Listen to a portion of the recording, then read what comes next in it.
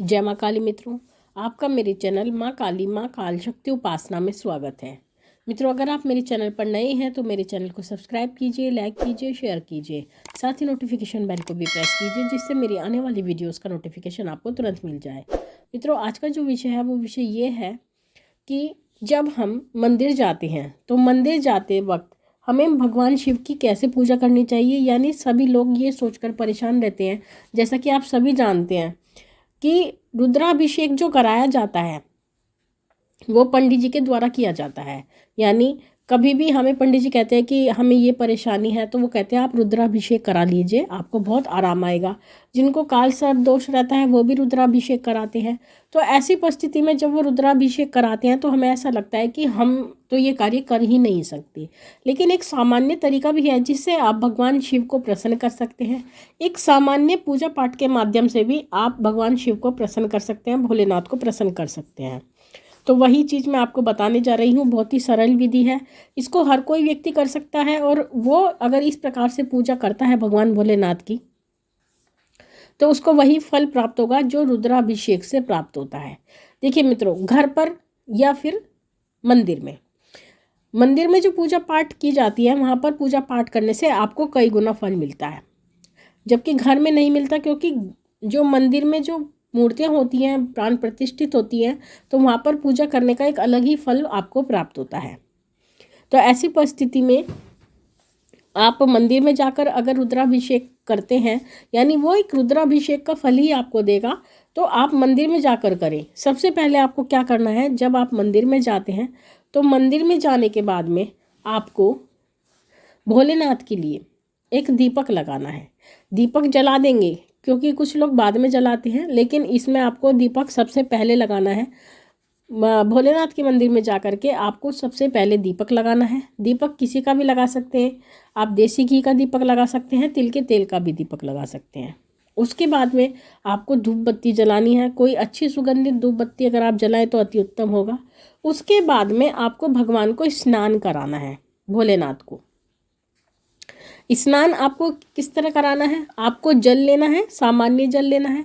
सामान्य जल लेने के बाद में आपको भगवान को स्नान कराना है, यानी भगवान शिव का जो शिवलिंग होता है मंदिर में, उस पर जल चढ़ाना है।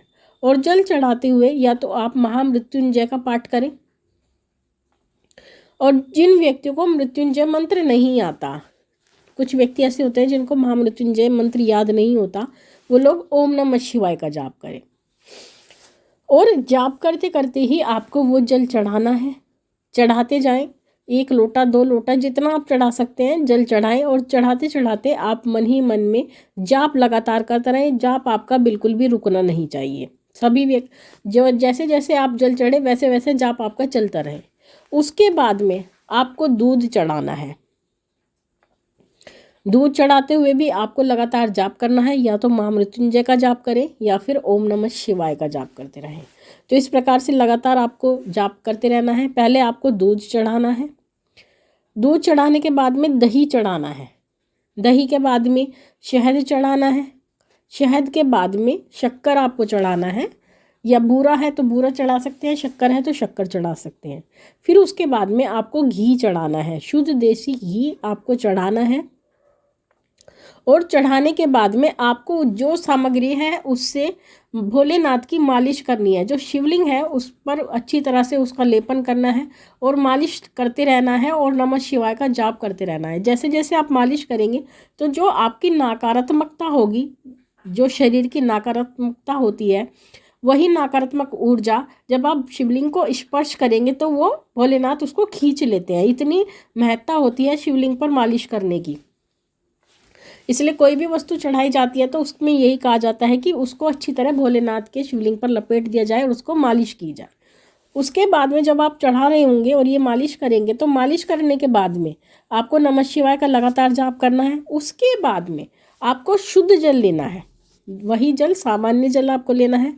और जल लेने के बाद में आपको क्या करना है, उस जल से अच्छी तरह से शिवलिंग की सफाई करनी है। जैसा कि आपने सभी सामग्री डाल दी थी, चढ़ा दी थी भोलेनाथ को, लेपन आपने कर दिया था, उसके बाद में उसको बिल्कुल साफ़ कर देना है। बिल्कुल भी वो कोई भी वस्तु उन पर रहनी नहीं चाहिए, इतनी सफाई आपको करनी है।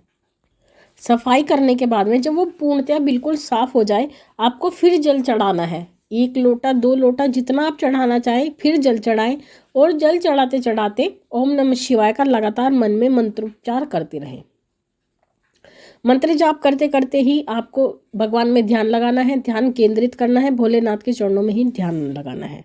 फिर उसके बाद में जब आप जल चढ़ा लेंगे, भोलेनाथ बिल्कुल कहते हैं नहा धोकर स्वच्छ हो जाएंगे अच्छी प्रकार से, फिर भोलेनाथ को आपको चंदन का तिलक करना है।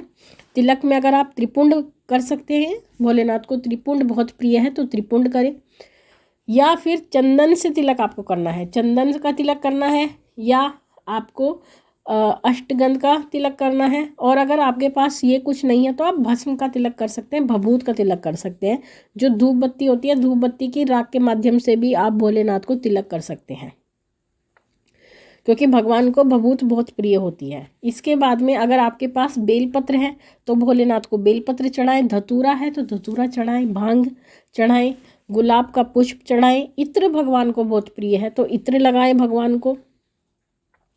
उसके बाद में इतना सब कुछ करने के बाद में आपको कपूर जलाना है। कपूर जलाने के बाद में आपको भोलेनाथ की आरती करनी है। जो आरती आपको याद हो वही आरती आप करें, या फिर कर्पूर गौरम करनाम तारम वाला भी आप कर सकते हैं। उसके बाद इतना करने के बाद में आपको हाथ जोड़ करके ध्यान करना है भोलेनाथ का। ध्यान करने के बाद अपनी जो भी इच्छा है, मनोकामना है, जो भी परेशानी है, जो भी प्रार्थना है, आप भोलेनाथ से करें। आराम से करें, ध्यान लगा कर करें, क्योंकि यही एक वक्त होता है जब आप अपने परिश्रम का कहते हैं परिणाम चाहते हैं। तो उस समय पर आपका ध्यान केंद्रित होना चाहिए, क्योंकि सभी लोग क्या करते हैं, पूजा पाठ तो करते हैं लेकिन अंत में जो प्रार्थना होती है उसमें बहुत जल्दबाजी करते हैं, जबकि वही एक समय होता है जब आप भोलेनाथ को या अपने इष्ट देव को अपनी बात बताने के लिए तैयार होते हैं। जब वो सुनने को आपको तैयार हो जाते हैं तभी आप उठ के चल पड़ते हैं, क्योंकि पूजा के माध्यम से, जाप के माध्यम से ही तो हम उन्हें जगाते हैं, और जब वो जाग जाते हैं तो हम उठ के चले देते हैं। ऐसा नहीं करना है, आपको प्रार्थना करनी है भोलेनाथ से, और उसके बाद में साष्टांग दंडवत प्रणाम आपको करना है, माथा टिकाना है, माथा रगड़ना है भोलेनाथ के सामने, प्रणाम करना है। उसके बाद में आपको नंदी महाराज को प्रणाम करना है, और साथ में नाग देवता को भी प्रणाम करना है, और माँ गौरा को तो आपको भूलना ही नहीं है। साथ ही माँ का जो मंत्र है, सर्वमंगल मांगल्ये शिवे सर्वार्थ साधिके शरण्ये त्र्यंबके गौरी नारायणी नमोस्तुते, ये मंत्र आपको करना है माँ, और ये मंत्र बोल करके माँ गौरा को, माँ पार्वती को आपको प्रणाम करना है। उसके बाद में आपको वहाँ से चल पड़ना है। तो ये पूजा है, सामान्य पूजा है। इस पूजा को आप रोज़ करें, आपको बहुत फल मिलेगा, भोलेनाथ आपसे प्रसन्न होंगे। साथ ही इसमें हमने जो आपको बताया है, ये जो हमने आपको पंच समान जो बताया है, पंच स्नान जिसको कहते हैं, इसमें आपकी अपनी इच्छा है। अगर आपके पास दूध, दही, शक्कर, घी, अगर तीनों में से अगर एक चीज़ भी है तो एक चढ़ा सकते हैं, 2 है तो 2 चढ़ा सकते हैं, और अगर आपके पास 5 उपलब्ध है तो 5 चढ़ा सकते हैं। नियमित पूजा में सभी चीज़ों का होना आवश्यक नहीं है, क्योंकि पंचामृत जो होता है, पंचामृत भोलेनाथ को अति प्रिय होता है। लेकिन कई बार ऐसा भी होता है, अगर आप नियमित पूजा करते हैं सभी चीज़ें नहीं मिल पाती हैं, तो अगर आपके पास दूध है तो दूध ही चढ़ा सकते हैं, कभी दही है तो दही ही चढ़ा सकते हैं, जो भी आपके पास हो वही आप चढ़ाएं।